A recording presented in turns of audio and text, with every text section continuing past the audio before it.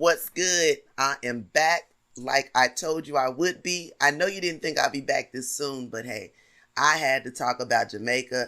My tongue is orange if you're watching because I have been drinking some of this bush tea, as the Jamaicans call it.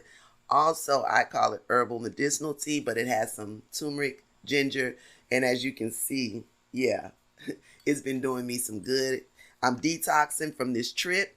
Come on in here, let's talk about it. I don't know if you've been to Jamaica, but if you haven't, I'm going to give you the tea while drinking the tea and answering questions that people have been asking me. I literally had people inboxing me while I was in Jamaica, ask me about, the all exclusive stuff I was talking about and how was it. And then too, being gay and going to Jamaica. That's a whole nother level, right?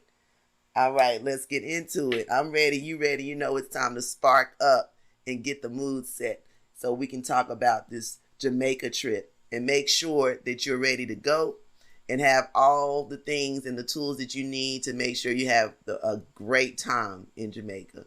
I promise you. Make sure you listen to this once, twice, share it with a friend. And we're going to get you ready from actually getting your passports, the process of getting it together, and actually hopping on that flight, talking about some flight details, flight benefits, what some good airlines to take and why, where you are located in the country. So come on, let's get into Jamaica. Yeah, man. Welcome to any first-time listeners. Thanks for joining. Please share, like. I'm on all major platforms from Apple to Spotify, whatever. I'm just really getting the juices flowing, getting comfortable with this podcast, finding topics I want to talk about, looking still for people to actually come on and, vibe with me. I know that I'm new to the game, so it's going to take some time for reputation to build up, but I promise you the information that's given on this Trive podcast is worth it. It's legit. And if I speak from just opinion, I'm going to let you know. But when I speak from facts, you're also going to know that as well. So let's spark up and let's get ready, because that's what we do. We create the vibe and then we give you the information.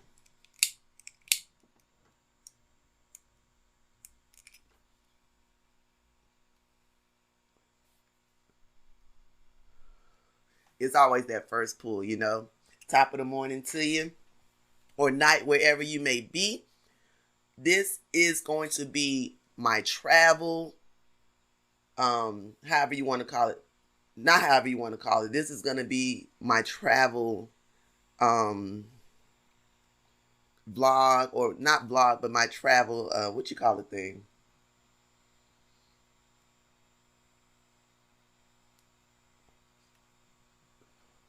My travel series. There you go. I knew if I took a couple more pulls of this blunt that it would come to me. And there it is. It came to me. Now, honestly, I don't smoke big blunts a lot of the times because I smoke all during the day. It's just my ritual. If it's not THC, it's CBD. And if it's not separate, it's together to build that balance. And because I don't do pills or anything like that, this is for my medicinal purposes. And I promote it. If you want to know more about my regimen, tap in Chef Third Eye Zoe at Trive LLC. I'll make sure to share it with you and give you access to the website where you can purchase my herbal teas and things like that to continue to build an organic source of medicinal healing. All right. With that being said, let's start with Jamaica, man. First of all, I'm back. I'm detoxing.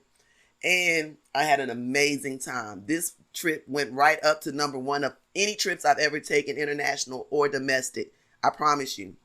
And I'm going to give you some reasons why.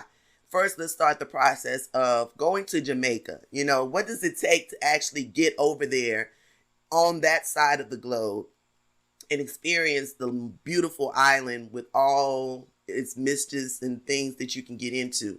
I promise you, you will not be disappointed by taking this trip, first of all. You do need a passport to go to Jamaica. So if you don't have a passport, that's the first step. And I'm going to give you some quick tips on the best route to take to get your passport the quickest way. First, you want to go to the United States Postal Service. You want to go on their website, download the application, fill it out at home, make sure you have everything filled out properly, and then I go to Costco every time because it's the cheapest. I think it's like $6 to $10 to get your passport pictures taken. But go to a place close to you where you can get your passport pictures taken and get your passport pictures taken. You only need 2. Once you get your passport pictures taken and you have your application, set an appointment time with the USPS or Postal Service, because guess what? They have locations that do full service passport registration, passport, and everything to the whole process. And when you want to spend money, where you want to spend your money most is on the expedition of your passport, because right now, I promise you, it takes anywhere from like 3 weeks to 6 weeks or more to get your passport on hand before you're even able to travel. So going to Jamaica has to be realistic first by getting your passport. And then you also want to go to the Department of Travel, state, and I'll put these links in the podcast as I find them. I will post them in there to make sure that I have links in there that are most helpful to you. So when you go to the Department of the State website, this is where you find out if you need any shots, if you need COVID documentation or anything.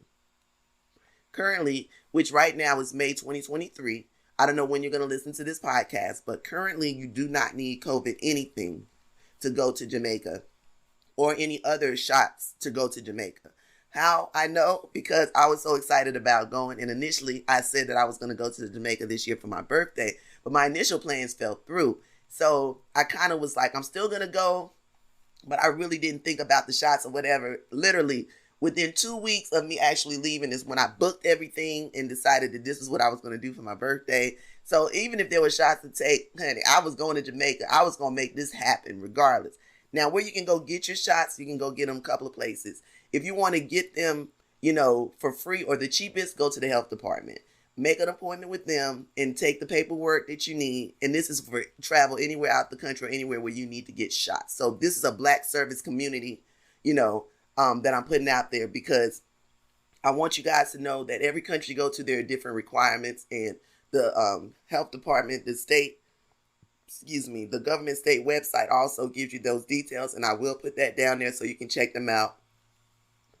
No matter where you're going, you'll know what you need to get there, and you'll know the process. And when I travel, I've been traveling for years. I've gone out the country. I've been to Africa. I've been to the islands. The only place I haven't really been to yet is Europe. So I'm looking forward to that and getting into more trips to Europe coming up in the next couple of years. So in saying so, in the process of getting to Jamaica and what you need, another thing that you will need, and this is to travel domestically, it helps to have the TSA pre-check. And of course, all these things cost money, but once you get them, like the passport is like 5 to 7 years. I think you get it for 10 years. So you won't have to spend that amount of money for that amount of time. And then with the TSA pre-check, it's like 6 years. I think mine is coming due the end of this year and next year. And with the passport, it's around like $180 if you're going to get it expedited. When you go into that office with the passport, you have your information. You make sure you sit in front of somebody and they put the packet together and check and make sure everything's in there, because that's what they're going to do when it gets to the passport office. So it makes it easier. And another government official is doing this, which gives the passport office, that extra check that, they don't have to do as much work to process this. So it kind of gives them an indication of this is going to be an easy paperwork to get through, right? So in saying that, when you get your passport process and they, you ask them to expedite and you pay for expedition and everything. Honestly, I got my passport like about 4 or 5 years ago, and I got my passport in 2 weeks, and I took it to the post office. They tracked it. It was expedited. They put the stamp and everything in it, and did it for me, and I just waited for it. And then you could go on the website for the passport and check to see where yours is in the process. You can call or you can send email. I don't know if you can still do that today, but I know there's a process where you can check on the status of your actual passport. So once you get that going, then with the TSA pre-check, it doesn't take that long. It's just a process of getting it done. You fill out the application. They send you to locations nearest to you where you can go to actually show them the documents that they ask for. And then you can go ahead and they'll give you your known traveler's number. That process, I think, took like a week. So once I got that, and then another thing you want to do when you're traveling globally, when you're traveling internationally, is to get the global entry. It's like TSA pre-check, but it's overseas. So with the global entry, which is another cost, that too is around like $150 to $200. But again, you want to get these things because if you want to cut down your time, let's say your flight is running late or security checks or whatever the case may be, to get through stuff faster, these are the things you're going to have to do. Now, if you don't, it doesn't matter to you how long you stay in the airport to process your paperwork, don't get it. You don't. It's not a must that you get the pre-check. It's not a must that you get the global travel, but it does assist you in the process of getting things done quicker. And as you start to travel, you will see that these things will help you, and the cost is very much so something that is you would want to do. Now, in saying so, as far as that, there's another thing that makes it faster to get through the airports and things like this. But if only, you need this type of assistance. And me, I have an injury from when I was in the military and when I was playing basketball with my foot and with my back. So I do wheelchair assist. So when you see me in the airport, 9 times out of 10, you're going to see somebody pushing me. And there's no shame in it because I can't walk through the airport and go through all of that stuff and still be able to do what I need to do when I get to the other side where I need to be. I'm a disabled veteran on record, and it's for a reason. I'm not just saying I'm disabled. So with the wheelchair assist, when you first get into the airport, whatever airport you're going into, you need to let them know at the desk. You need to go to the desk, even if you don't have any bags to check in. You need to go to the airline's front desk and let them know you need wheelchair assist. Once you let them know, they'll tell you wherever designated place you need to sit at or be at for them to come and pick you up. You go to that spot. You wait. They come and get you. They take you to the front of the line. The TSA, it doesn't matter how long the line is. And then you don't have to take off your shoes and everything in some airports. Some, they play around, whatever. So once you get in a wheelchair assist, you go through TSA, you go through customs, you go through, both sides, domestic and internationally. You go to the top. You go to the front of the line or damn near the front of the line. So you cut down a lot of downtime. And then with wheelchair assist, let me give you the rundown. These are the things that they can do for you. They can take you to the restroom. They can take you to get something to eat. They can take you to get money. The thing is about wheelchair assist or anyone that helps you, and this is just me. I live in Vegas, so this is just something that we do. We tip. Tip those people. They're working hard. Imagine pushing my ass almost 200 pounds up and down the damn rail. Nah, you always need to have some money when you're going through that airport to tip those wheelchair assists. And I know if you're doing a lot of traveling, a lot of layovers, a lot of legs, and you still got places to go, just make sure it doesn't take much. $3, $2, $1, $5, you know what I'm saying, 10, 20, whatever. Tip. Because tipping let people know that you appreciate them outside of them doing their regular job. But if they're not doing it, don't tip. Don't tip just because you feel like you have to tip. Tip and make it make sense. Because another thing about tipping, and we'll talk about this more when we get into the whole Jamaica thing, make sure it makes sense, okay? We'll keep to that for now. So now, my travel time going to Jamaica, I had some layovers. And the thing was, and this is another tip, so get ready for this tip. When you're traveling, and this is something, again, I'm going to put this in the, now this is really one of my major secrets when I'm traveling is I use Google Flights. Google Flights damn near is like the FAA. They get all the different flights, cancellations or whatever on point because everybody's registered with Google. So their information will be, uploaded and updated first. So Google Flights has flights for like 2-3 years down the road as far as pricing and all of that stuff. So you can really book well into advance and also know when to go or when you want to go somewhere because the cost is much cheaper or whatever the case may be. Then once you choose which airlines you're going to take, you can purchase it directly through that airline or you can purchase it through whatever various carriers, whichever one is the cheapest for you. Now, talking about the airlines and baggage and stuff, that is very important because when you're going abroad, you're definitely going to take more than just a carry-on. And honestly, this is how I pack, which is another tip. If I'm stateside, there's never a time where I'm taking more than 2 bags and there's 2 carry-ons or a personal item and a carry-on. So I'm taking, and I'm never staying no more than 4 to 7 days. Like I don't have time out of my schedule or whatever, and to be away from my home. I do Airbnb. I have a pet. You know what I'm saying? So I have other businesses that I need to be on ground to do what I need to do. So yes, I'm getting more to automation, but until I get there, this is how I move and this is how I roll. So packing and having costs and stuff accrued for baggage. Some airlines, I found out Southwest does not charge for baggage. You can take as many bags as you want for free. Imagine that. But once y'all at Southwest get your whole software and stuff, and you upgrade your system, I might fuck with you. But until then, I'm not. Because God, it behooves me if I go to the airport and I try to get on a flight, and because the system is down, everything has been canceled, and I no longer have a flight, and I now have to figure something else out. Not gonna do it. That's another stressor. When I go to the airport, I take my edibles. I eat them prior to, maybe 30 minutes prior to. When I'm in the airport, I'm on my edibles. When I get on that airplane, I ask for at least 2 Jacks. And then I drink that with some Coke or Pepsi, whichever one they offer, and I'm asleep. I don't talk, anything. So I'm telling you now, if you see me in the airport, this is my vibe. Don't be offended by it. This is how I move. Because at the end of the day, my anxiety be so high. If I don't do those things to stay calm, then I'm the damn fool on the damn plane cutting the fuck up, and we can't go nowhere. And y'all don't want that. I don't want that. So let's keep it a buck. Let's, try to keep anxiety down at the airport if nowhere else, because it gets stressful. You got your baby crying over here.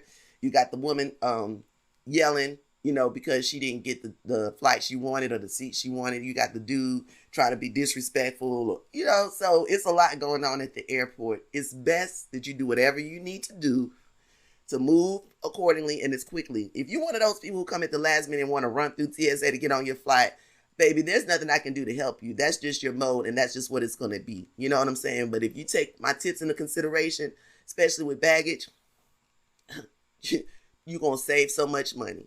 So now, when you're doing baggage, you check online to see what size of bags you can take. Make sure you measure. Make sure you're in compliance. Don't be going to the damn airport and be the motherfuckers who take their luggage and put it in that little, stand up kiosk to see if your bag will fit, so that you can know if you have to pay extra or not. 9 times out of 10, you're going to have to pay extra, because you know damn well that shit don't fit. But me, take the same bags. I checked them out. I got my Louis. I got my dang on Telfar. And then I got either, and this is domestic, I got my Louis and I got my Telfar. I'm good. When I'm going abroad, then I got my Louis, my Telfar, and I got another, I get one of those hard shell case rollers, and then I check that in. So those, at max, I travel with 3 to 4 bags. I try to keep it simple, and I don't fill up the bags, one of the bags, especially the one perhaps that I'm traveling with, that I'm checking in, because I'm going to purchase some things and bring them back. So make it make sense. Don't go over there occurring costs because you haven't did your baggage checking and you don't know how much it is, because baggage starts anywhere from $50 on up. Let's be real. You didn't already pay for a flight. You may have paid, especially to go to Jamaica, you can pay anywhere from $200 on up. So then you got to get to the airport, surprise, you got to pay another $75. It's the cost start accruing real quick, and you be broke by the time you get to your vacation, because you didn't understand all the costs that had to do with traveling. And this is why I'm telling you, even getting to the airport, 9 times out of 10, you're going to have to catch an Uber or a Lyft, if you don't have somebody to take you. So that's another cost. And then when you get on the other side, Uber or Lyft may be another cost, So what you can do before you even leave, I promise you, because some cities you go to, it may be 10 minutes and you may be paying $80. And I promise you, I'm not lying. Try Atlanta, try Cali, San Diego, try Vegas. I promise you. On any given day, I may come here back to Vegas at night, especially from the East Coast, and I may pay anywhere from $60 to $80 to get 20 minutes from the airport. And that's to my home. So it's this is not an exaggeration. But another tip that's inside of that tip is when you're using Uber or Lyft and you first, say, come and pick me up, and it gives you this crazy price. 9 times out of 10, that's a peak time for them. And what happens is you can either move some distance away, hundreds of feet, 500 feet or whatever from where you were, and try the process again and see if the price changes, or give it a 5 to 10 minutes and try it again. And those 2 things have worked for me. And, like initially I may go into the app and it may be $40, and then I may go back in and it may be just 30, so yeah, but you got to keep trying. It may not work, but let me know if it does, because that's my little quirky. I've never heard anyone say that, but that's something I've done and it's worked for me. So I don't use Lyft. I used to. I use Uber.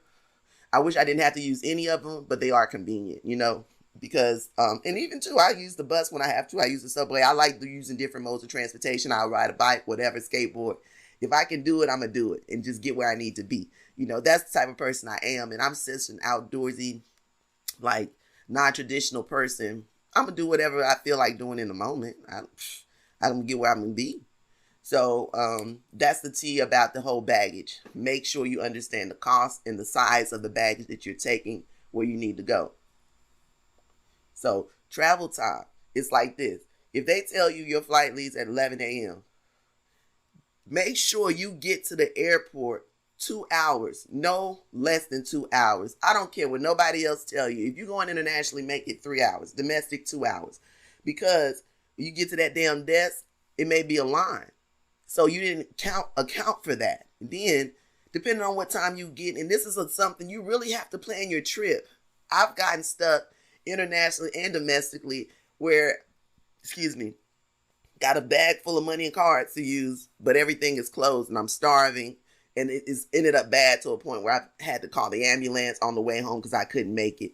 So when I tell you that you really need to be mindful of, planning your trip, if you're going somewhere and you're going to get there when everything is closed, make sure you pack something to eat. And guess what? It's another tip. And I'm talking about is eating.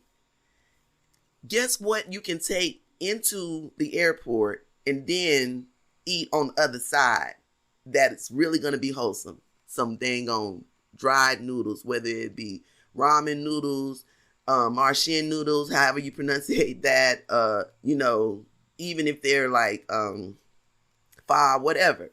Get you some noodles and then ask the doggone stewardess if it's going to be that long, or when you get on the other side, get some hot water, put them in there and have you some noodles.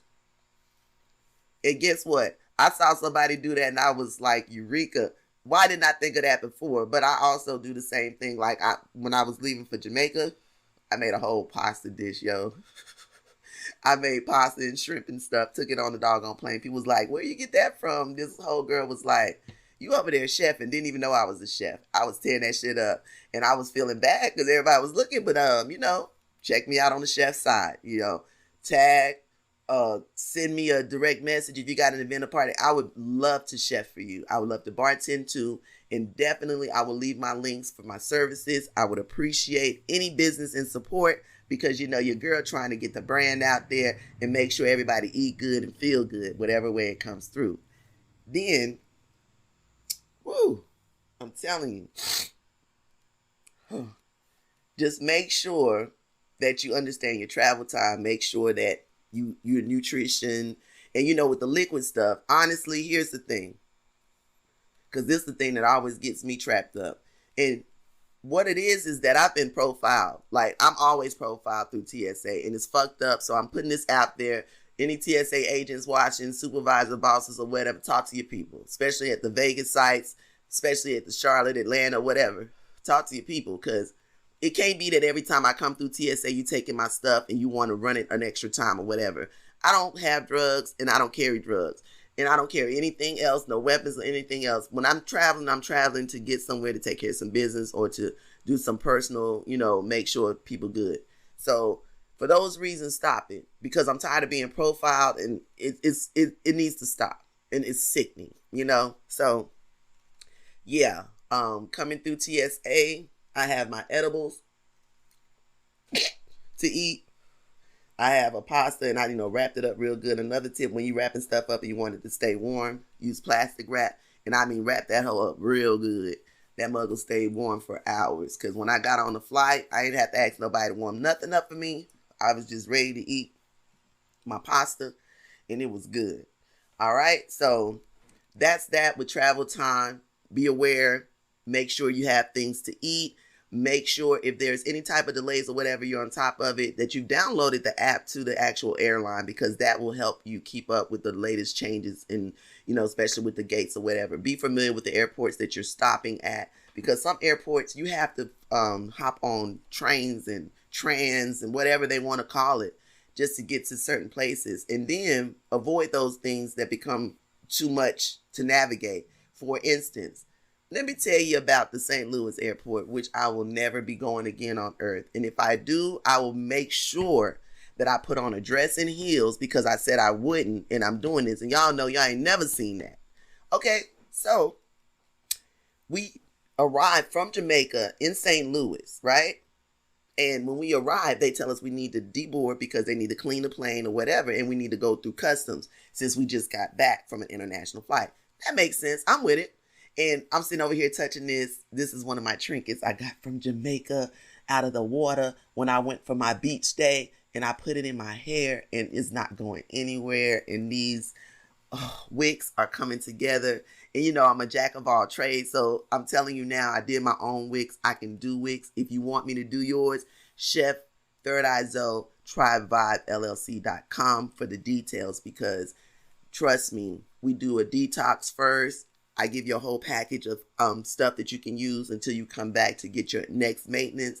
If you're starting fresh, if you're coming to maintenance, there's different pricings. It may take up to 48 hours depending on the difficulty of what you got to do. If you know anything about working with wigs, crochet, or elephant trunks, locks, you understand what I'm saying. So please reach out to me. I'm starting the book now, and I would really love to put some healing hands in your hair and growing hands to make sure that, you're getting the nourishment you need to have your locks, because these have been in for over 10 years and I put them together, and it's just because I don't have all the time I want. And if you can't see this, those who can see it, you see me messing with my hair, but yeah, it's coming together. I love my I love my locks. My hair absolutely is a part of me.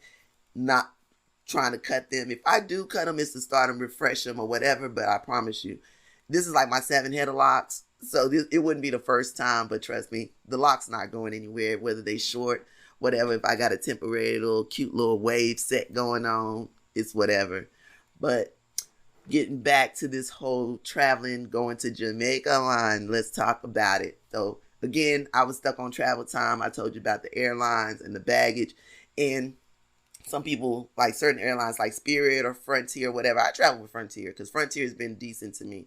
I absolutely had an incident when I initially started, and it was about the baggage. But once I straightened that out, and here's something else that you guys need to understand, because this has happened to me, not just with Frontier, but it's happened to me internationally mostly. So when you have your baggage, right, and you start your trip or whatever, they're allowing you to go through whatever baggage. They're not charging you. Then you get to one point in your stop, whether you're going or coming back, and they tell you, well, you have to pay because you have too much baggage, and both of those can't be personal items, blah, blah, blah. You have to know the policies in which you're flying under as far as baggage, but I've never had to pay extra because somebody tried me. And at the end of the day, it was just them trying to get extra money, because it wasn't about me breaking the rules. Because if I have arrived in my flight and I'm on my way back home and you've allowed me to come through different places with these bags, ain't no way you're getting ready to charge me on this leg to go back, because I've already been, so come on, stop playing. Let's not even do that. But just be aware of that, and make sure when somebody tries to do that to you, you have to speak to a manager, or just, let them know that's not how the policy works. So moving right along. Now, when you're going through this whole travel time and you have to lay over versus a straight through, this is you too, the choices you make on the flight. So the cheaper the flight, sometimes you may have to lay over or make several stops, right? So in saying that, you have to consider all of that in your travels. That's something you want to do. So if you don't do, and when I was going to Jamaica, I had 2 stops both ways. I stopped going in Denver and in Philadelphia, I think it was. And then when I was coming back, I stopped in St. Louis and then went back to Denver and then Vegas. So I definitely did 2 stops and layovers.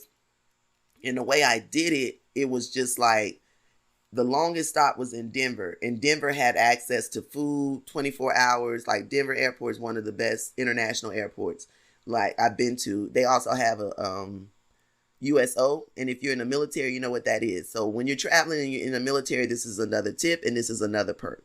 When you're in the military and you're traveling, you can stop at the USO place, and it's a place where, you know, veterans, retired, or active duty can stay and wait for their flights. They have food, they have TV, they have places you can sleep, and, you know, they give away stuff for free. So definitely check out the USO. Ask, you know, any of the gate agents, or ask any of the customer service agents, whatever, in the airport, where's the USO office. And if they don't have clear signs designated, definitely they'll lead you that way. Every airport does not have a USO airport, but I've come to find out most international airports do, and most major airports do. So maybe I will find a link to a list of the USO airports for my veterans, for my military, and put that on here too. And if I tell you I'm going to put something on here and I haven't, you guys just reach out and let me know. I don't mind that, because I want to keep it 100. Then you get to doing other things and you forget to do what you say you're going to do, and then people hold you accountable, and it's not that. So I'm already telling you in advance. Just let me know. I'm good with just going ahead and updating whenever, you know, if I forget. So I feel like now I want to write stuff down to remember, but I'm so into my mode. You know what I'm saying? I'm going to try to remember. Moving along, getting it gone. So customs arrival. When you get to customs, now, if you're bringing something, you know, and that's what you need to also, whatever country you're going into, you need to know what you can bring into that country, what you can take out. When you get to customs, you let them know what you bring in, blah, blah, blah, write that stuff down. I don't bring nothing, and the stuff I take out is like trinkets, shot glasses, maybe two, a dress, a shirt, you know, that type of stuff. And then I let them know that, and then we go from there. And when you go through customs, just let them know. They'll go through all of that and make sure it's just in compliance, whatever country you're going to or coming from. How about that? Keep it that simple. Customs, though, is going to take you, depending on the country, at least 2 to 3 hours to get through. And you're not going to be sitting down. It's not going to be comfortable. So be ready for that. And that's another thing too, like having hard shell luggage versus, you know, other stuff. Because hard shell you can sit on. I'm sorry. It's just quick and efficient. That's another tip, you know. But just be ready. When you're going to foreign countries, I've experienced it from Africa, Ghana, Liberia, Aruba, Jamaica, Cabo, all of that. Just be ready. And again, wheelchair assist will help, because they will take you to the front of the line. And like for me, let me see here. I was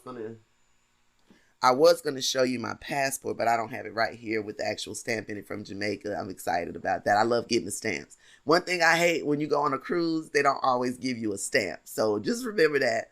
And I don't know, they just feel like you're in international waters, so there's no need for a stamp, because you're not really at one place. You know what I'm saying? Like, you're coming to a boat, like you're passing, like you're driving through. You get it?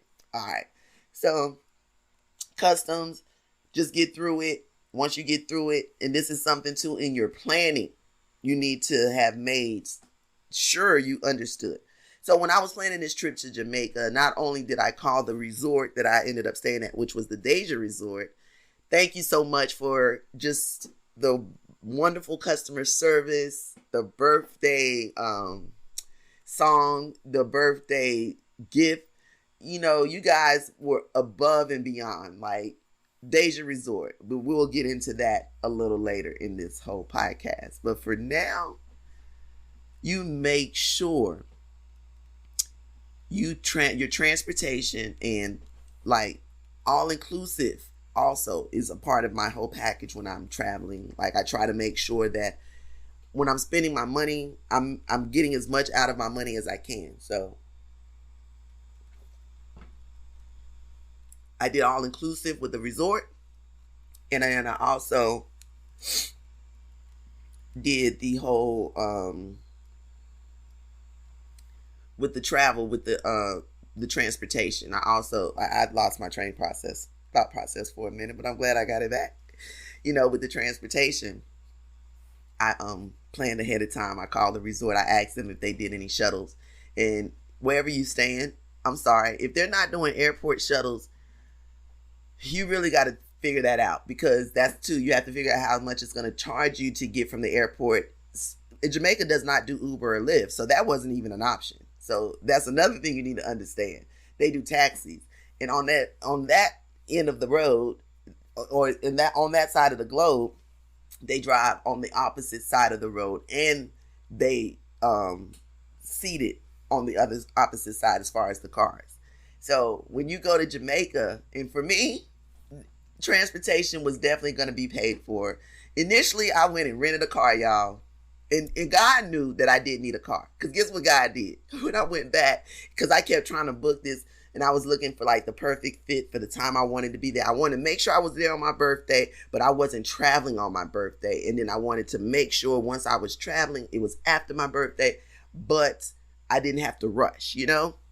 So it worked out perfectly. My dates were the April the 22nd to the 25th.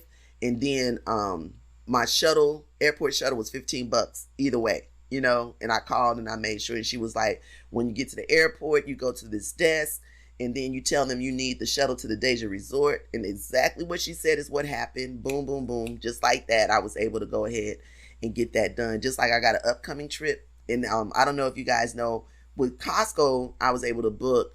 And then Alamo has this like automatic check-in thing.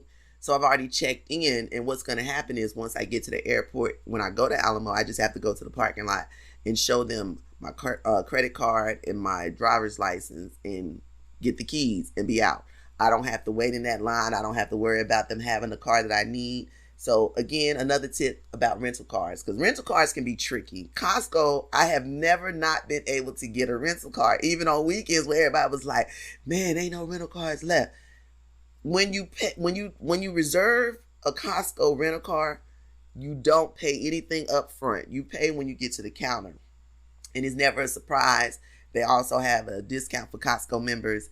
I'm just trying to give y'all the tea. I'm just trying to keep y'all in the loop. You know what I'm saying? I'm just trying to get y'all out there and get y'all where y'all need to be the smart way. So if these tips work for you, y'all please like and share, because I got to get this information out there to the masses. We got to travel. We got to stop just going around the block. We got to stop being scared to get on these flights. Yes, plane rides can be tricky, but once you get on and get going and, you know, do whatever it takes to get your anxiety right, you may need to chew gum because the ears pop and all that stuff.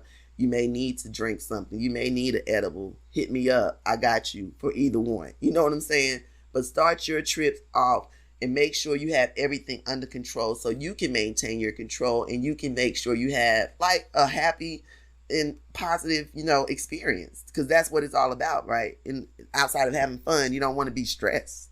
No, you don't. So when I got to the airport, went through customs, boom, boom, boom. Transportation was right there. Paid the guy in the actual car. And here's the funny thing. Now, this is the podcast. This is a real inside scoop. Guess where I got my first bit of weed from? The damn driver who taking me to the hotel. Listen.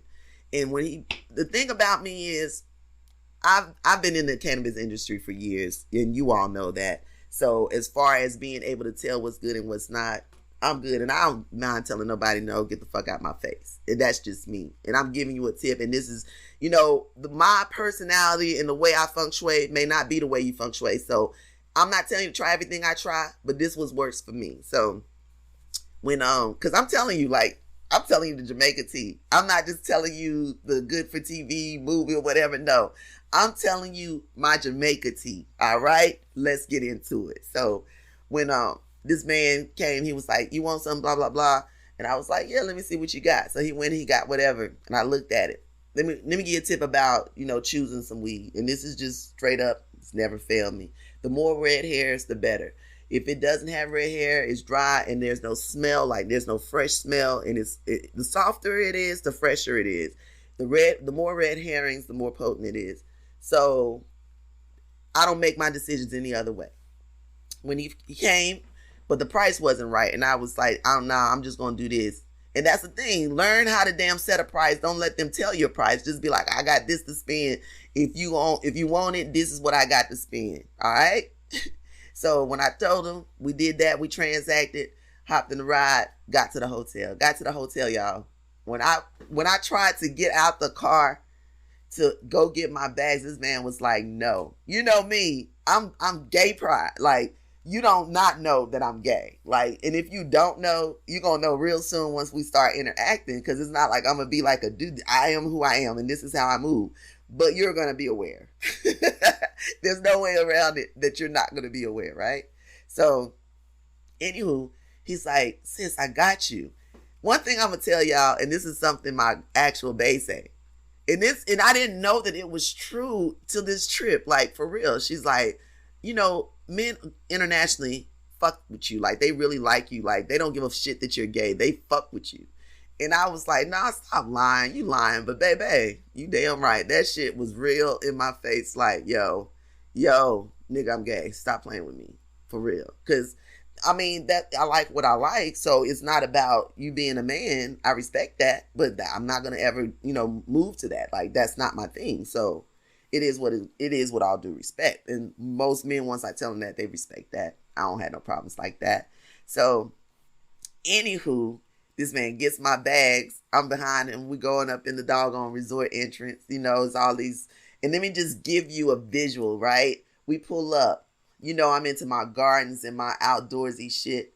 Nothing but lush green plants, just beautiful colors, and then they have the gate around with the opening entrance where you can walk through. But then you come to the side and you drive through like a, what you call it when you can, the drive-through entrance where it kind of arches around. So they brought me around, stopped in the middle, took my bags out, escorted me to the lobby. I get in the lobby, look to my right, it's full of them bad everything. Everybody was bad. Like, everybody was like ready. Either they had on some beach stuff or they was ready to check in or whatever. So he directed me to the counter. So this other brother and sister who came over into, okay, so when I was at the airport and I got the good, they weren't in the car yet. We had already left the airport and was leaving, and then they called and they was like, you got to come back. You got 2 more passengers who's going to the same place. So he came back, he scooped them up. We started talking, we started vibing. One of them lived in Arizona. The other one lived in Cali, and they were brother and sisters. They were coming to spend some time with their mom, and they just already from the jump, like, gave me just like, welcome to Jamaica, good vibe, so we get to the hotel. They're coming in with me. They go to one customer service person, and I go to the other one. So, or concierge. So they're like, welcome to Jamaica. And over to the side, there's a third concierge. Guess what? Pouring us some rum punch and then taking our information to check us in. So I'm grabbing rum punch, y'all, and giving this woman my ID to check me into my room for my all-inclusive stay. Okay, let's talk about this all-inclusiveness. I had to get that 3 snaps, okay? And I might do a rap like in Living Color. Trust me, because it's worth it, yo. This was the all-inclusive on crack, super mega, the best thing ever. God must have brought that thing down, sat it on its lap, my lap, and allowed me the privilege of having the all-inclusivity. So, another thing I'm going to do for you is I'm going to give you access to my military portal for some of these reservations or whatever. So if you're trying to book something, you're interested in Deja, reach out to me. I'm going to give you this all-inclusive access. Okay, now remember I told you I kept trying to figure out how I was going to make my dates work for me, the flight and all of this other stuff. So I kept on going back and booking and changing and switching up. How about every time I was booking and switching out, the rooms were selling out. I'm stressed. I'm worried. I'm like, oh my gosh, will I have to be like in a crazy situation? Because I don't know. Like, I want to go to this resort. There was another resort that was available, and it was even a little cheaper. But this drew me. Like, Deja drew me. The pictures I saw, the reviews that I, looked at or whatever. So I was like, man, I got to get in here. So tell me why, y'all. When I first started looking this up, the availability for rooms, it was an ocean view, it was a king suite, it was a junior king suite, and then like a twin bed set, and I forgot the name of that shit. By the time I booked the rooms and stuff, Everything was gone except the Ocean View King Suite. And guess what? That was the most costly, but because everything else was gone and they was trying to sell out, they dropped the price on that. So I got it for like $300 less than when I first saw it.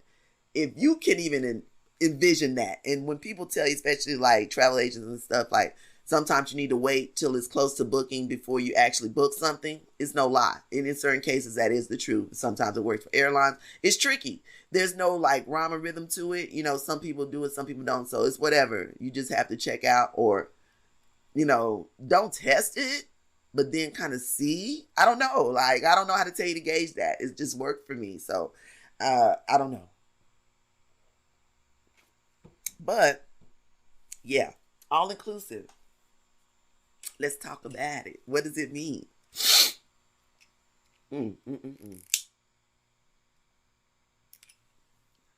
All right. All inclusive, man, for the Deja Resort meant not only did I get that suite, but I got drinks. And it wasn't all the drinks for free, but it was certain liquor and other beverages that was all inclusive. And I'm talking about juices freshly squeezed, like celery, ginger, mango, pineapple.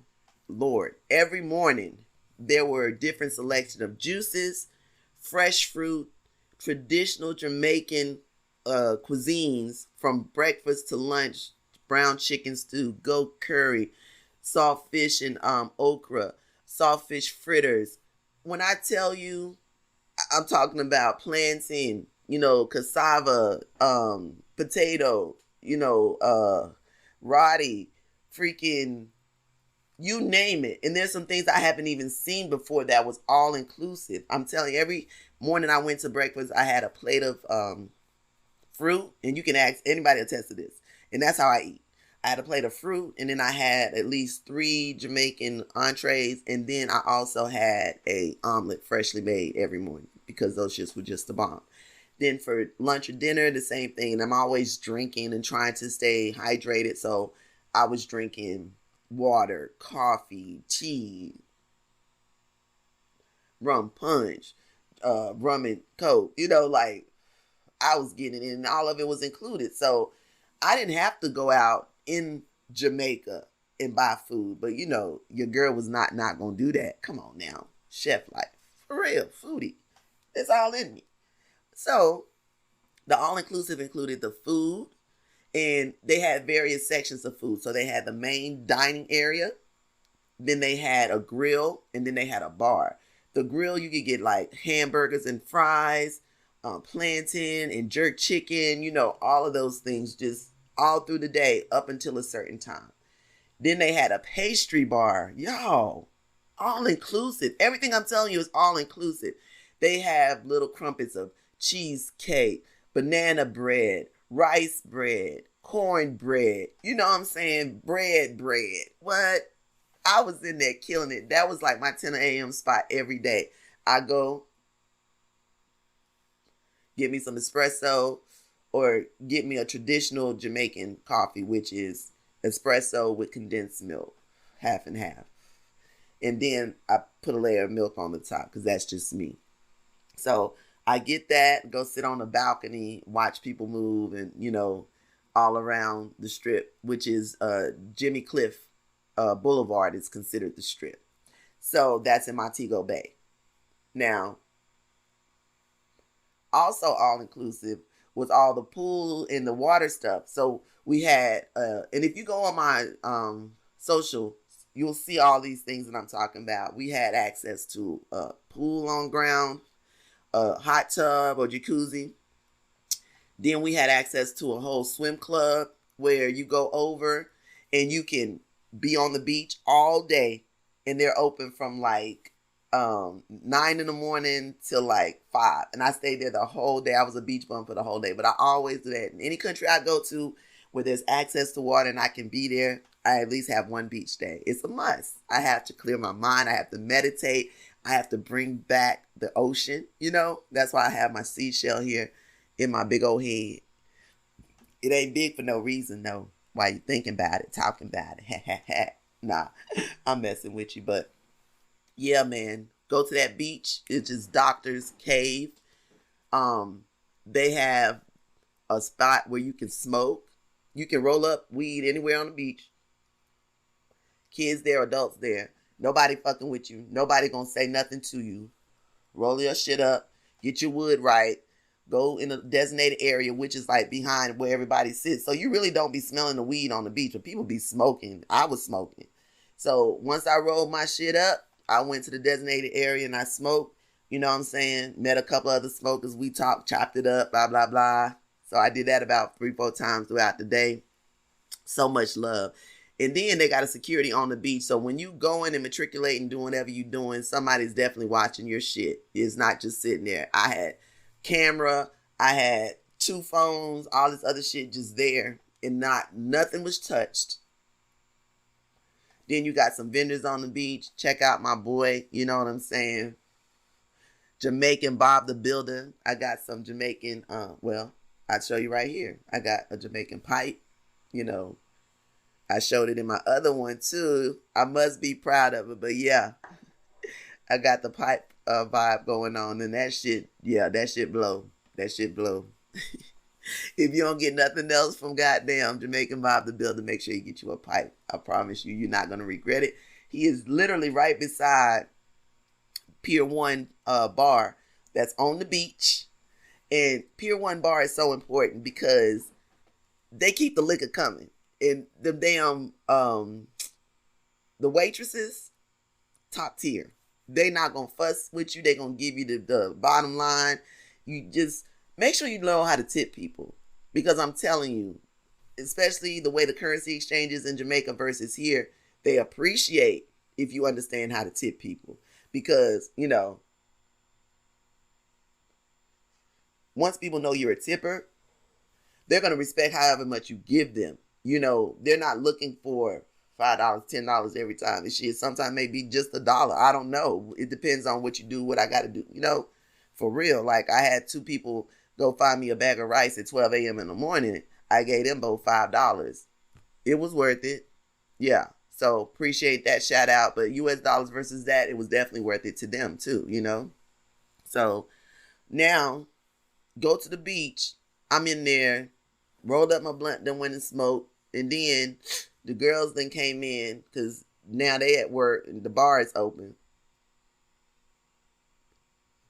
Now I'm an addict because the first time I ever had a frozen mango Hennessy was on the beach in Jamaica. And baby, it's no coming back from that. Once you had that and it's popping just right, I promise you, you're going to want it every time. God damn, you're going to want it every time. So I came back, then bought a blender, y'all, because I ain't had a blender for months.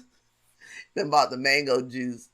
Goddamn, I got Jack. I ain't got Hennessy. I'm not a big Hennessy drinker. That's what they had, so I went with it. You know what I'm saying? I'm sitting here making my mango Jack. Okay?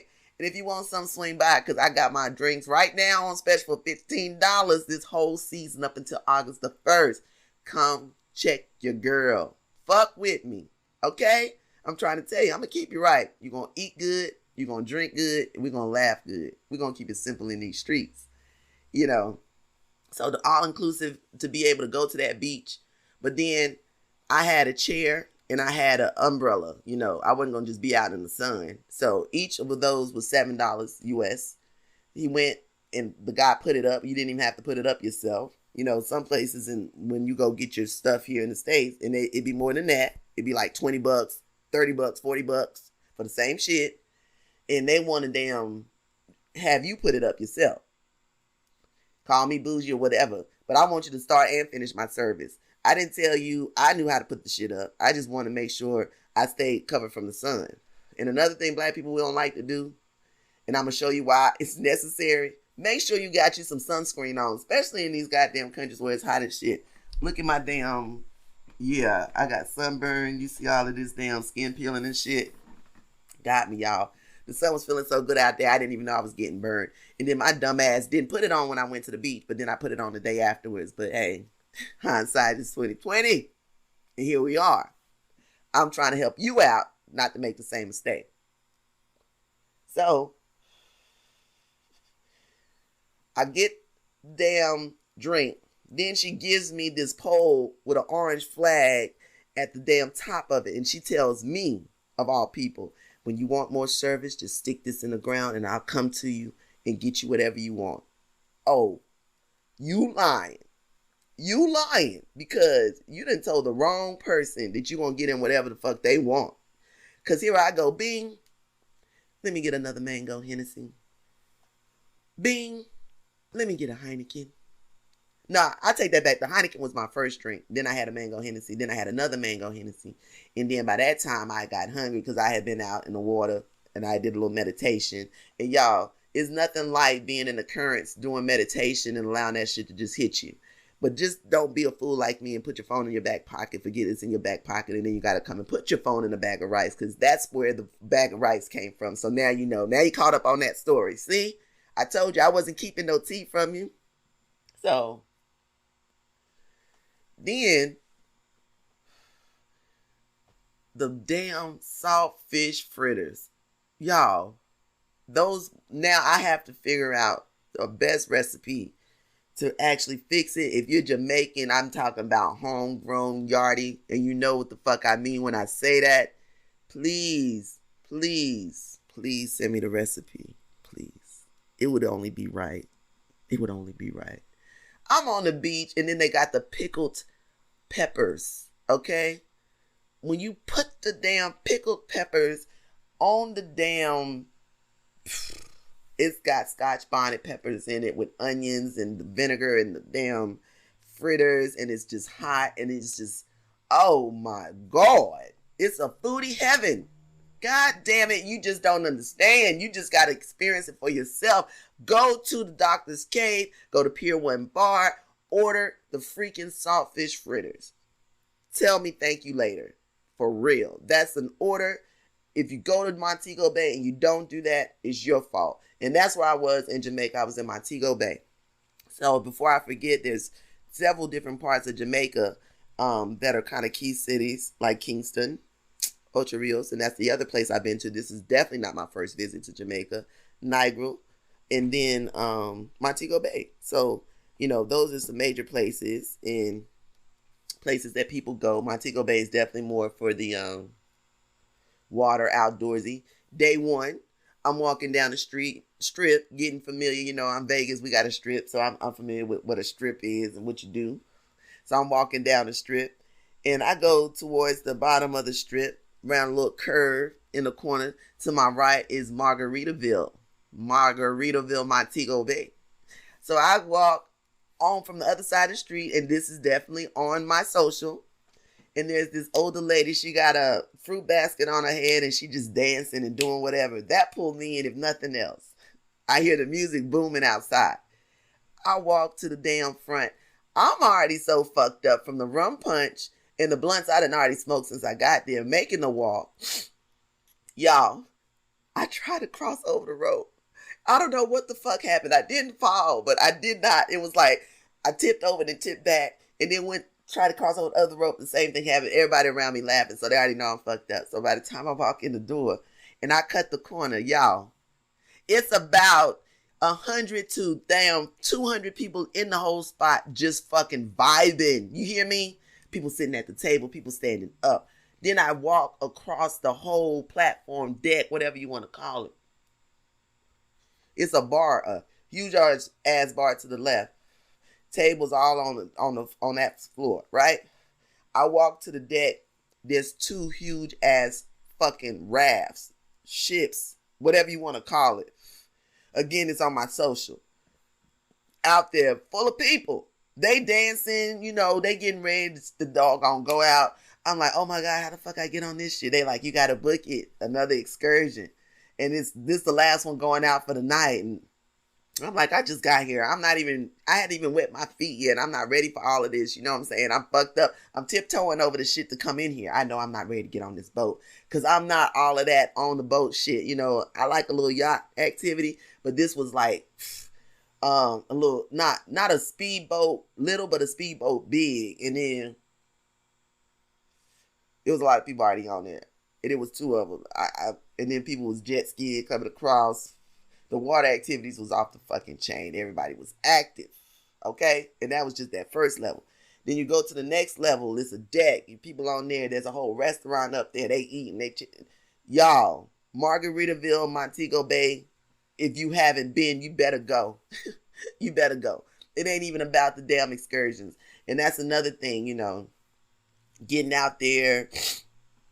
You thinking about excursions versus going to events versus just walking around and just, getting to know Jamaica. What is your purpose? Why are you there? You have to decide those things. But I'm going to tell you this. This is a big tip. Excursions, if you're paying for excursions, you know what? I got to start marking spots when I'm about to say something big. And in that way, I can remember it, right? All right. I'm going to start doing that as of now. So, let's see here. How do I mark it?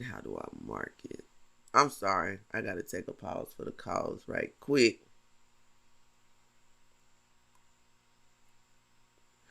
I'm going to do it later because I really got to keep this moving.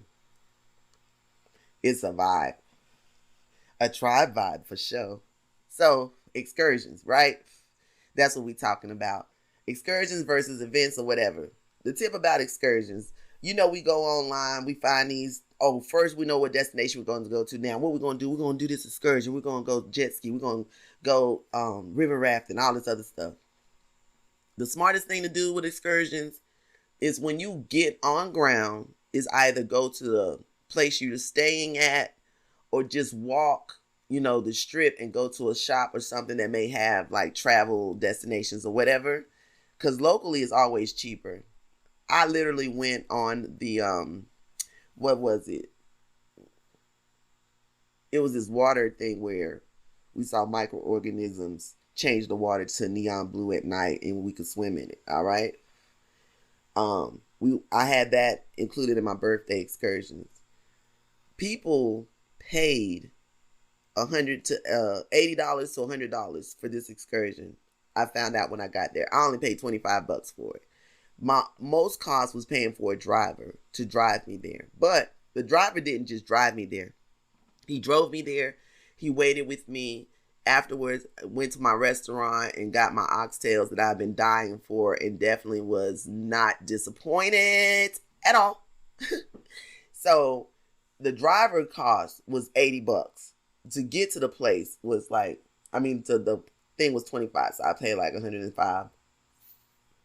But that was a beautiful day. And then too, remember, I'm getting drunk and high. So I'm not trying to drive in Jamaica on the wrong side of the road, in the wrong side of the car.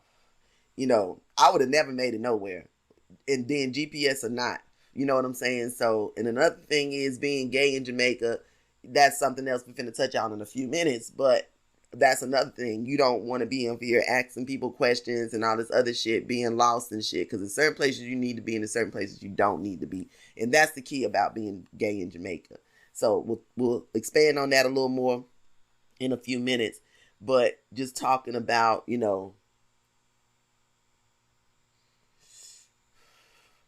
not just being safe. That was just a safety precaution. I knew I wasn't going to be able to drive in the state of mind that I was in, so I didn't try it. And then another thing too, the cost of the excursions and stuff.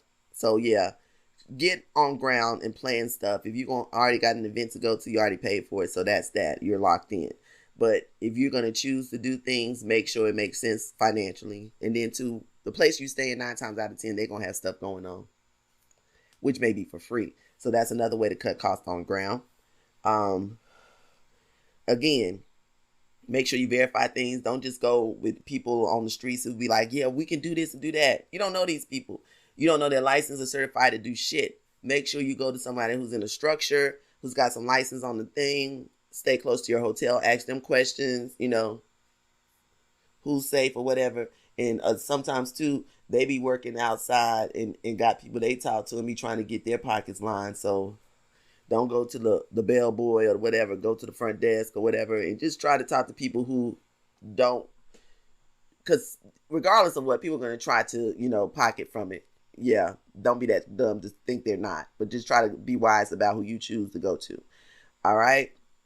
Now, food and culture in Jamaica is dope. I already told you about how I was eating at the resort, which it was a blessing. You know what I'm saying? I really did get to try some things that I hadn't tried before. I know I don't like okra and saltfish. It's just what it sounds like, okra and saltfish, you know. But I know I do like curry goat, and I will have it again and again and again, you know. And I'm not a person who really likes to eat. I'm really choicy about my food. Let's just say that. All right. So with the food and the culture, one thing I noticed on the drive, and this is really, really culture, and it had me so jealous back, especially coming back, yo. When I tell you Jamaicans know how to party, every like 4 to 5 miles we went coming back, because it was night and it was lit. Like I came back to Montego Bay around 10, you know, that night on my birthday. Every single 5 to 10 miles, there was a freaking club, and the music would be blasting. There'd be people outside. They'd be eating food. You could smell the smoke from the grill. Oh my God, y'all. I wanted to go so big, real big. Okay. That's how big I wanted to go. But, you know, being gay in Jamaica, I did not want to take that chance. Yes, I have a couple of people that I know in Jamaica, but they weren't with me at the time.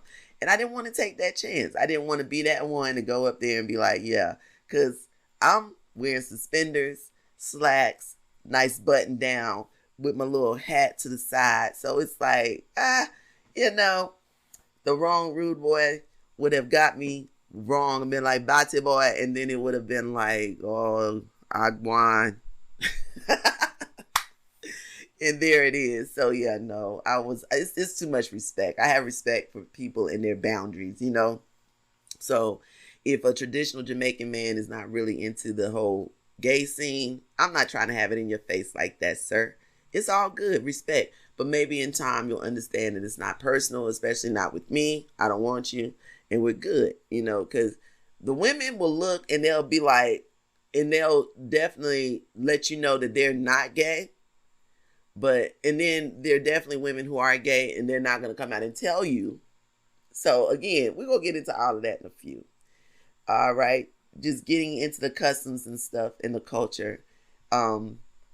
Jamaicans love the water, and I love that they love the water and they're active in it, you know, and it was beautiful to see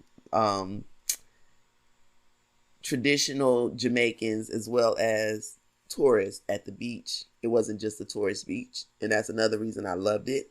And people came, they had their whole families out there, you know, and too was smoking, and it wasn't any care. It wasn't any like, and what's funny is like for the longest time, you know, weed was illegal in Jamaica and they couldn't smoke and they weren't smoking like that. So that's another reason why I really wasn't trying to go.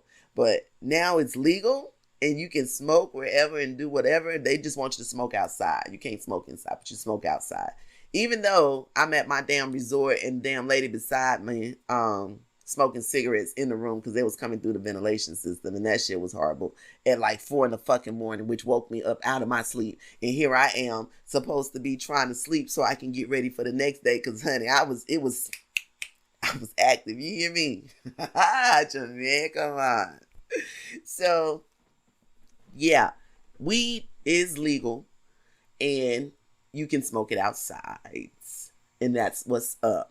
And the food is undeniably good and traditional when you can get it. But that's something I have to explore some more, because what saddened me was I really had so much food and access to food, all inclusive, that I didn't have to, you know, go pay. But it was a savings thing. But I want to spend more time the next time I go. So like definitely at least a week to 2 weeks minimum.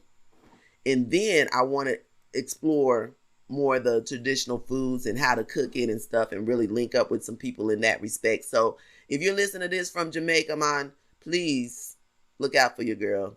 I'm trying to get back in a major way and just really do some seasonal stuff over there. If it's not influencing, definitely chefing or bartending. And I mean, put your girl in, put me in, coach. You know, I'm just asking for a few months or so to just kick it with y'all, get a client base out there on one of these resorts or something, and just, you know, rock out Jamaica style. And I'm so dead ass about that. I love to travel. So I am a traveling chef. So I'm not just going to be here in Vegas. Though Vegas is popping always. Trust me when I tell you about Vegas nights. And you might want to follow me and find out about Vegas nights, because that's about all I can tell you. Because when you have them, it's not something you be like, oh yeah, blah, blah. But they be popping. Because like that pool party that was just the other night on that Saturday for all us gays, and it was so many people on the balconies looking to see what we was doing and all that shit. That shit was epic. I promise you. Even if you were straight, you wanted to be there. I promise you, because some of my homeboys was hitting me up talking about something. Next time you go, I'm going with you. And I was like, bruh, it ain't that type of party. Alright. You know, so the food and culture in Jamaica is off the chain.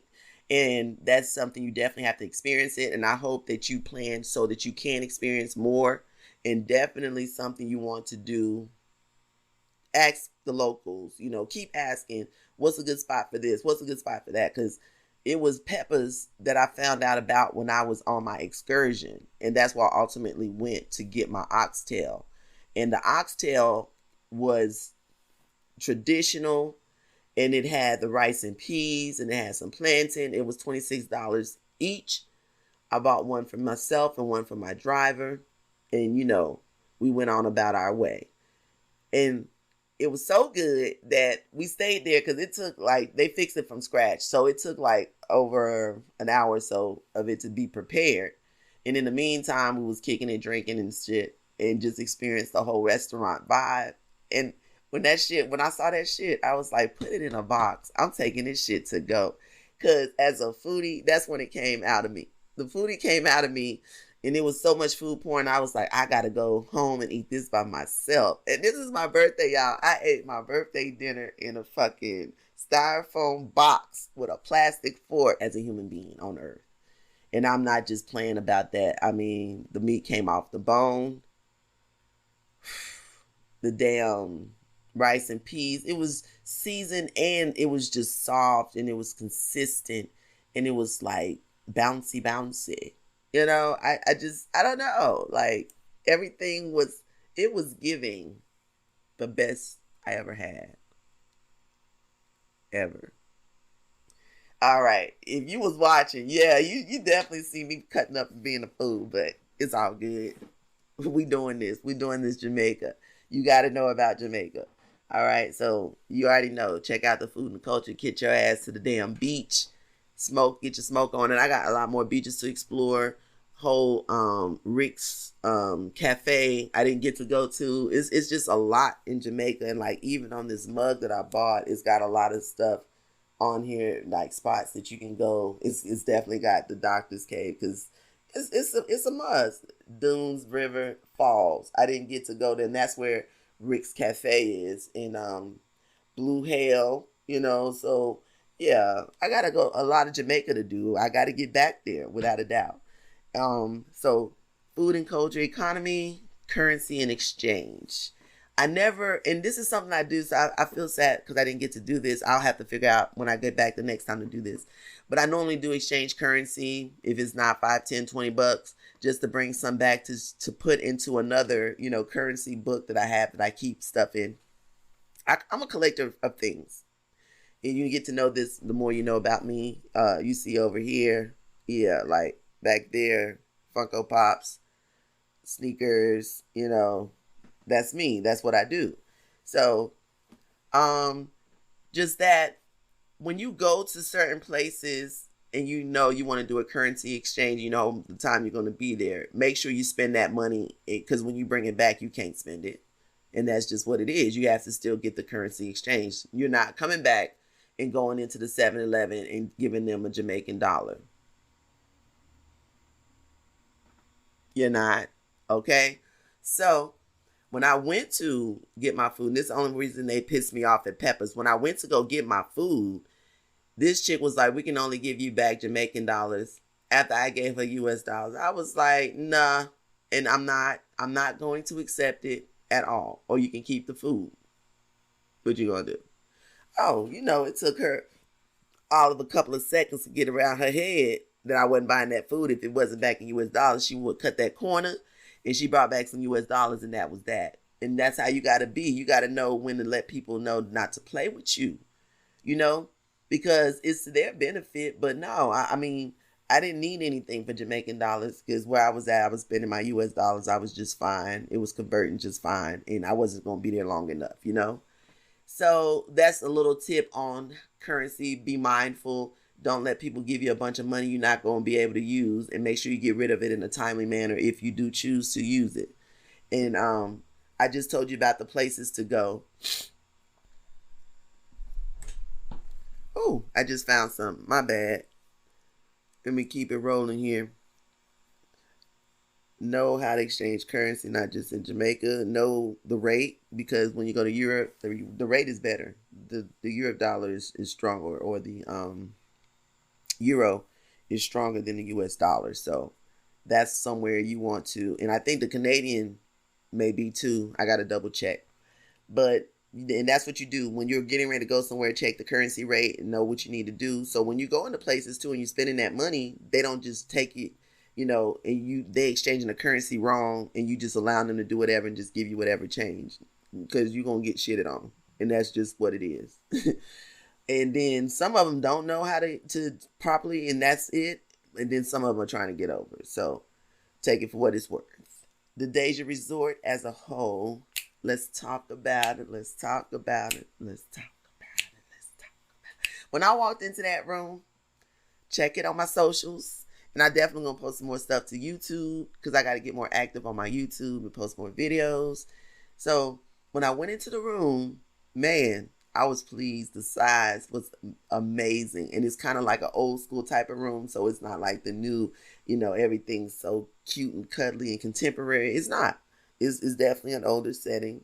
Bed with a headboard, dresser, TV, but it's a flat screen, whatever. And then bathroom, beautiful shower. You can sit in there and do some things. And you know what I'm saying? Yeah.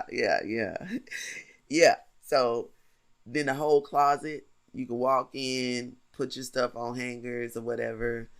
They had a safe in there, but you know, the hotel safes ain't shit. They know how to access it. They know how to get into it. So you just really got to make sure that you letting them know that you're going to pop up. You're going to make sure you check on your shit. You're going to put your shit in certain places. So if they go in there, they know what the fuck's going to happen. A thief going to be a thief. You can't stop that. You just got to make sure you protect yourself the best you can. You know what I'm saying? So getting in the room and checking everything out. It was cool in there. You know, it's hot in Jamaica. That the AC was cool the whole time. And that was some of the problem at night, because it got so cold. I was wearing my lawn johns, which I think I show you one of the pictures. I was wearing my lawn johns, but I'm glad I brought them, because something told me, like, make sure you bring some warm things. Just because you're going to Jamaica, don't just bring a bunch of tank tops and some damn dad shorts. And those were great. But anywho, yeah, so being in the room, I really felt secure. They had the old school locks on it, but you had a key to get in, like a key card to get in, keyless, and you just hit it, and it never failed. I never had to go get it redone. I never lost my key or whatever. And then they also gave you a card for the towels for the pool, the bath, the swim club, the Docks Cave Swim Club, which is literally right across the street. You got the Starbucks, you got the Docks Cave, which is brilliant, because you're going to drink some coffee, whatever, and you can even get it at Docks Cave because they have an entrance from the beach as well. So they also have that whole coffee, espresso, pastry bar at the damn hotel. So you got options. And I never went to Starbucks while I was there, and it is what it is. I was good.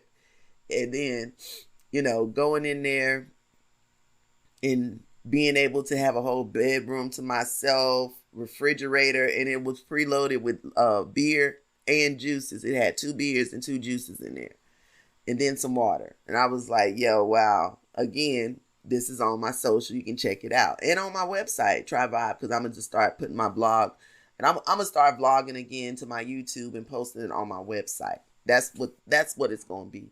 Because I got out of the mode of that, just messing around with Premiere Pro and YouTube, and them not uploading my stuff properly. And then I'm getting views, but I'm not, getting paid like I should be or whatever. And it was just to the point where it frustrated me. I was like, let me put this on pause because I'm putting too much time and effort in and I'm not getting out what I want to get out of it. So for those of you who was wondering, what was going on with that, that's what it is. But I'm going to pick it back up and see what we do.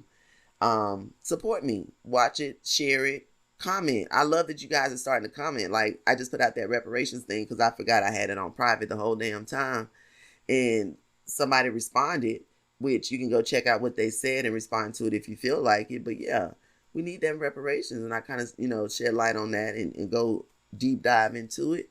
Tell me what you think. And then just talking about, the Deja Resort, the staff was impeccable. Like they never skipped a beat. I'm not going to lie.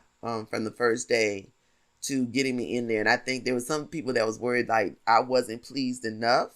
And I was, and I just want that to be an overall thank you, and the problem with the room was it had some bugs and it had, what else was it? Oh, and the iron had messed up, but they fixed the bug problem expeditiously and they came there twice. Oh, it was the AC now. That was never fixed, but the thing was wrong was that it didn't go up to a certain temperature as far as heat. And I guess where they are, that's just what it's built like. So it was too cold for me, but I'm a cold natured person and I needed to have, like they need to have more thicker covers because I have my own covers from when I was traveling because that's what I do. And that's another traveling tip. When you be going places, when you down, even if it's summertime, when you down on the ground, it's hot. But when you get past the, clouds and stuff like that, it can become cold and the plane is cold because they try to keep diseases down. If you're a cold-natured person like me, get you a nice little throw. Man, everybody was looking at me jealous because, my whole body was covered. And then I don't get the neck pillow. That's whack to me. It hurts my neck even more. Maybe you are different. I can't speak for you. But I get a square little small pillow. And that mug will fit right on all the plane windows. And, I have more. You know what I'm saying? So, and this is another tip. Let me slide this to you. In reference to flying. And wow, y'all better like and share for this one for real. This is like a bonus tip. When you're on that flight, after everybody has set in, or before everybody has set in, when you get on the flight, pull the stewardess to the side and be very quiet about it and say, hey, if there are any extra seats left or any rows left, please, if I could have it, I greatly appreciate it, And I don't know, again, is my energy or what it is, because I don't tip these people, but I do give them praise and I do tell them thank you, and I am willing to send in a customer service feedback review, whatever. I do, that seem to get those seats in those rows. And again, I take pictures, I show people these things. So sometimes it's just energy and your character and your personality, and people just do certain things for you because the way you make them feel. And I like to make everyone feel like they matter because they do. And I don't give a damn what your job title is, where your stature is in life. You matter because you have breath and you're sharing the space with me. You know what I'm saying? So it's just all love. I don't do disrespect unless it's shown to me, and then I'm there for it all, baby. And you know what? You know what I'm going to do? Okay? Whatever you do, whatever you want to be, I'm going to be. However you want to move, I'm going to move. Because at this point now, you done passed the line. You know, say you done crossed it. We was here. Now you want to be here and then up here. And then it's like, what we doing? Like, bop, bop, bop, bop, bop, bop. Come on. That type shit, Yeah, so you want to keep those things in mind. And then, too, I keep going back to tipping because it's important. You got to let people know that you appreciate what they're doing. And they just got to feel the love. But the nightlife in Jamaica, it ain't just popping on the Friday. It ain't just popping on the Saturday. It's popping every fucking night if you know where the fuck to go to. And I mean that sincerely, because obviously Friday, it was Margaritaville. And then Saturday, it may have been Rick's. And then the 27 Club. It's a couple of other places and spots that people was telling me about. So I want to get more get that in more. And like how you see me out in Vegas going to the clubs or whatever, and I'm not really a club person. It just has to be a time and a place, and it's like maybe a bunch of friends are in town. Like, I don't just do clubbing. That's not my scene. There's no need for me to be in a club, honestly. It's definitely either for exposure or some type of social bonding with friends. It's never, oh, I'm going to the club tonight, because nah, I don't do that. And then some clubs I'm going to because I've heard about them, and I just want to see if it is what it is. Now, I heard this Hustlers Club was supposed to be a dope-ass strip club with some black strippers and stuff. So I'm looking forward to going to that. And as soon as, my friend says she going to take me, we going. Because, honey, I've been waiting to put some dollars in some strippers that are black pockets. Because they need love, too. And Club Lacey used to be out here in Vegas. And that used to be, when I say popping, I mean pop. And if you remember Club Lacey, give me a like for that. Comment on that shit, because y'all already know. Let me tell you something. One day I was in Club Lacey. Yo, this chick slid. Okay, they had these steps, and it was like just 3 short steps going up one of their little walkways, and it was just wide enough that you could come down, or up to 2 people may be able to come down at the same time or go in opposite directions. This chick ran from by the bar to those steps, did a split, and slid down the steps and stood in front of me. Bitch, she got all my goddamn change that night. Yes. Anywho, if there is a nice club, you're going to see me in the spot. You're going to see me show up. And trust me, if you want to pay me to show up, I'm going to really show up. And I'm going to get the bottle. We're going to turn up. And I'm going to take my ass on home. Because guess what? I'm going to tell my folks to come too. And they going to come too. And we going to damn rock the fuck out and do what we got to do to keep the party moving. Because at whatever age, baby, I am the party. And I'm going to bring it too. Some of y'all don't know, but some of y'all do know. And it's all good because it is what it is. It's popping. I got to check it out. I haven't had a chance to really dive into that. And I didn't really want to dive into that. And now I'm finna get into this being gay and going to Jamaica. Okay? So all my LGBTQIA, come on in here. And I want y'all to listen closely. This is the first thing I want to say. And I want y'all especially to hear me. Stop going to people places and being disrespectful. And then people ain't going to say shit to you or say shit about you. And even if they do, they're not going to say it to your face.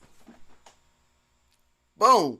There it is. There is the whole fucking damn nutshell of being gay in Jamaica or anywhere else you go. So let me say this. I know some of us, we have a wide range of my family. Because the LGBTQIA is my family. We have a wide range. Some of us are very, laid back. And we do what we do. And some of us are very flamboyant. And that's people in general. So, I get it. And we get it. But when you go into other people's places, like I was talking earlier about when white people travel, how they be disrespectful sometimes. Don't do that. Because when people see that, then that's when they start saying, okay, attaching these people are this type of way. So we ain't, trying to fool with them. Okay, you like this person you see. Okay, you want this person to notice you. You don't have to damn, run down the street with your shirt tied and, do hip scops and splits and shit. You don't have to. There's definitely ways to approach people. But then too, don't be one of those that like the straight people and knowing that they not, what I'm saying? Like, don't do that. Don't put yourself in a position to fail and then be like, well, they don't like us over there. Because I certainly didn't do that. And I definitely continue to maintain my same wardrobe and things I like to wear, how I like to wear them, my hair, how I carry myself. So there was never a time, I'm outside, but though I'm in the tourist, and that's the thing, like one of the key things that I told myself and I felt until I really found a good group of friends there that was truly local and that I could truly hang with that weren't LGBTQIA, then I would feel safer going out in the streets because then they would be local and people, it would be a yardie taking me out, and then they would build that trust with their community to say, okay, these are good people. Yeah, so that's the thing for real. Like, I went to, stores and shops, but most of my stuff was done on the strip. When I was traveling, I had a driver, and he didn't take me in places that weren't like touristy. And Peppers is somewhat touristy, but it's in the Montego Bay in the city, but it is close to the tourist destination. So there's still that level of respect, for tourists, because we're bringing in money to them. So my main thing with being gay and going to Jamaica, outside of not being flamboyant, is to also recognize that you have to stay in certain areas to make sure you're safe, where there's security and people to look out for you. You one of those who want to travel off the beaten path, you take a chance, and their culture is not LGBTQIA friendly, and that's what it's always been. So you're going into that, you have to know. So again, I had no problems. No one called me out of my name. No one called me anything, disrespectful at any point. So I would just say, go with all due respect. And there were other gays there when I was there. That's another thing, and some of them were definitely more gay looking, in the sense of just really either mannish looking. And I saw some, and this is what I'm going to say. It was more of the stud type, more aggressive looking females that I saw than I did see any feminine looking men. And when I did see one, I think he kind of like relaxed because he knew that I was LGBTQIA too, but it was at the resort and he was in the balcony area on his laptop, and I was doing my morning coffee thing, and what I'm saying, we was just on that vibe. So I thought he felt it was probably comfortable in that moment. But yeah, I would be careful going outside of the tourist districts in any major city. In Jamaica, I would not have somebody taking me anywhere, by car. And two, with the traveling and transportation in Jamaica, make sure whoever is transporting you is somebody else knows. Don't let people just take you anywhere off the beaten path, because oh, if you ain't watching, you might want to watch. I know this is going on a little longer than I normally do, but the level of information that I'm giving, trust me, is priceless. You might want to take this, come back in several doses or whatever. But yeah, traveling, Jamaica, I got you. And I'm throwing it all together. So now you've had this wonderful time in Jamaica. You've gone to the beaches, you've eaten the food, you've talked to the people, you've made new connections, you've bought things, you're packing, you're ready to go back. First thing you don't want to do is bring back no goddamn weed. Don't do it. I don't care. I live in a state that's legal. And the one thing though, and I'm gonna say this, I'm honestly say this. I don't know. I have to literally go to the airport and see someone actually with weed and they seeing it and then they still letting them go before I can say that. I'm still gonna look up the law. But it's still a level of trust in the system for me. And that's just me. Maybe it's my, hypervigilance at times. But yeah, I would wait and see. But I would then too book a flight that was a one direct flight back to Vegas. Because I know when I hopped off the flight and they saw weed, it wouldn't be a problem. Because when I'm in the States and I'm traveling domestically and I go to States, like Vegas, when I'm leaving with my edibles, don't nobody say shit to me. They always check my bag. They see them. I always have at least 8 to 10 edibles with me at any given time because I medicinalize my edibles. Okay? So when I get on the other side, I'm always in a city that's also legal. So again, I don't have this issue. But once they get it through TSA, it's fact. And then too, my check-in bag. But I normally do have my edibles in my TSA, and they run through that because I am someone that travels with edibles and my PTSD veteran, blah blah blah. So there's no mistaking that. But just to make sure you're the wiser, that is what I would think in reference to weed, taking it back, travel, leave that shit behind. Okay? Any other like alcohol or anything like that, don't bring that shit except the ones that said it's duty free. I've been to Jamaica though. I've done the white Hennessy thing. It's not something that, I can get white Hennessy other places. You know what I'm saying? Cabo, for instance, blah, blah, blah. So If you're doing the white Hennessy, you want to bring it back, get your duty free, bring it back that way. But don't start bringing a bunch of exotic shit back. Make sure whatever you're bringing back is going to pass through customs, like I told you from before. And then make sure whatever you're bringing back is not going to take your weight over. And again, when you're coming, they're going to weigh your bags. So you're going to know how much weight you have in your bag. So you got to make sure you kind of figure out how much more you can put in. Like when I was coming, my bag weighed 32 pounds and the max was 40. And when I was coming back, my bag weighed 34 pounds. So, and I bought back 4 shirts, a dress, some shot glass, some shot cups, you know what I'm saying? So pipe, all that shit, you know? So you got to know how to pack and whatever. And that's another video I'm going to put on my YouTube. I got it somewhere. I just got to find it and I actually post some shit to YouTube, like I said. But I got a whole how you pack shit up to make it, because this is my whole travel series. And this Jamaica trip is definitely kicking it off. And I hope I set that motherfucker off with this one. I hope y'all loved this one so much. And I hope you go back and you listen to shit that you may have thought you heard and go back and hear it again and laugh with me. You know, all the little fumbles and stuff that I had throughout the way. I hope you keep it as nostalgic and as original and organic as that. And take that trip to Jamaica, baby. I promise you, whether you go to Montego Bay, whether you go to Kingston, whether you go to Ocho Rios. And see, Ocho Rios is more of, it's more of like city than it is tourism, because the tourism is mostly like the cruise and stuff.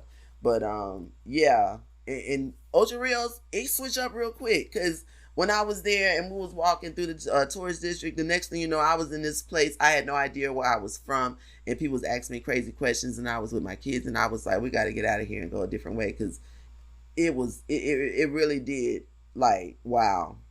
I'm trying to remember, like, my daughter and my son was with me, and yeah, have you ever like been walking in a place and it's like a sort of like a bazaar or a flea market or a bodega, or not even a bodega. No, I'm in here just all into this conversation. The dang on phone that went dead on me. I had to reboot, y'all, but I'm about to wrap it up. Obviously, that was a message telling me to wrap it the hell up. So I'm gonna wrap it the hell up. I really appreciate y'all sticking with me through this whole series with the whole Jamaica traveling and just an introduction to my travels. Got so much to talk about, so many more tips for me to give to you. And then most importantly, for us to learn from each other as a Black community, to know that traveling is important. And not just to go to other people's countries, but to go to the motherland, to go from where we're from and to learn our roots for real and to be a part of a solution for change. Because, you know, that's what the Trive vibe is all about. I'm talking about Jamaica, whatever, but I want to make connections. I want to get on ground. And like I said, seasonally, I want to make an impact, you know, especially to be able to come share my trade, share recipes and stuff, and then also learn and to bring back some things too from a better from another culture, so that we can learn and be better together. You know, the myth is Jamaica is behind and they may be on some things, but as far as true culture and roots, they got that figured out. And the love that they showed me, I couldn't ask for anything more. I love you guys. I'm definitely going to be back. And for real, share, like, comment, let me know what else you want me to know, or, you know, tell me what you think about this whole Jamaica thing. Ask me questions about the whole gay situation or some things I may have missed, or, you know, your feedback and input on your experience, and let me know how in comparison to, you know, what I went to. Tell me about some more spots that I can go visit the next visit I'm going to, because I think it's going to be my birthday visits for the next 2 to 3 years. I don't know. We'll see. You know, as long as God is there, I'm with it. But for now, and until I see you the next time, y'all keep it a buck. All right. Keep that Tribe vibe going. Thanks so much for. Before I forget, check me out on all my socials. That's TikTok, Instagram, and Facebook. Chef Third Eye Zoe. Show me some love. And then give me some encouragement so I can go live. What do y'all want me to talk about? You know, the podcast is here. Maybe some topics on there or whatever. I really want to get back on my gaming with the whole, the whole Twitch. But me and gaming, it's been like with my time and stuff, and just, again, it's the whole going live thing. So I got to fight through that. You guys Help me. Give me some suggestions. What should I do? You know, because I get on there and I don't want to be rambling. I really want to interact, play some games with some people, whatever. I don't know. Like, am I overthinking it? Yeah, whatever. Let me know. But most importantly, take care of yourselves. And we'll talk soon, all right?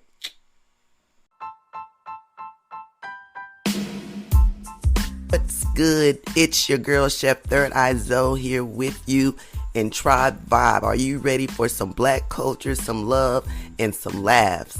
Let's go.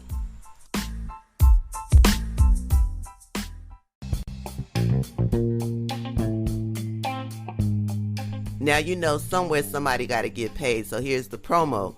Let's check out TriveVibeLLC.com.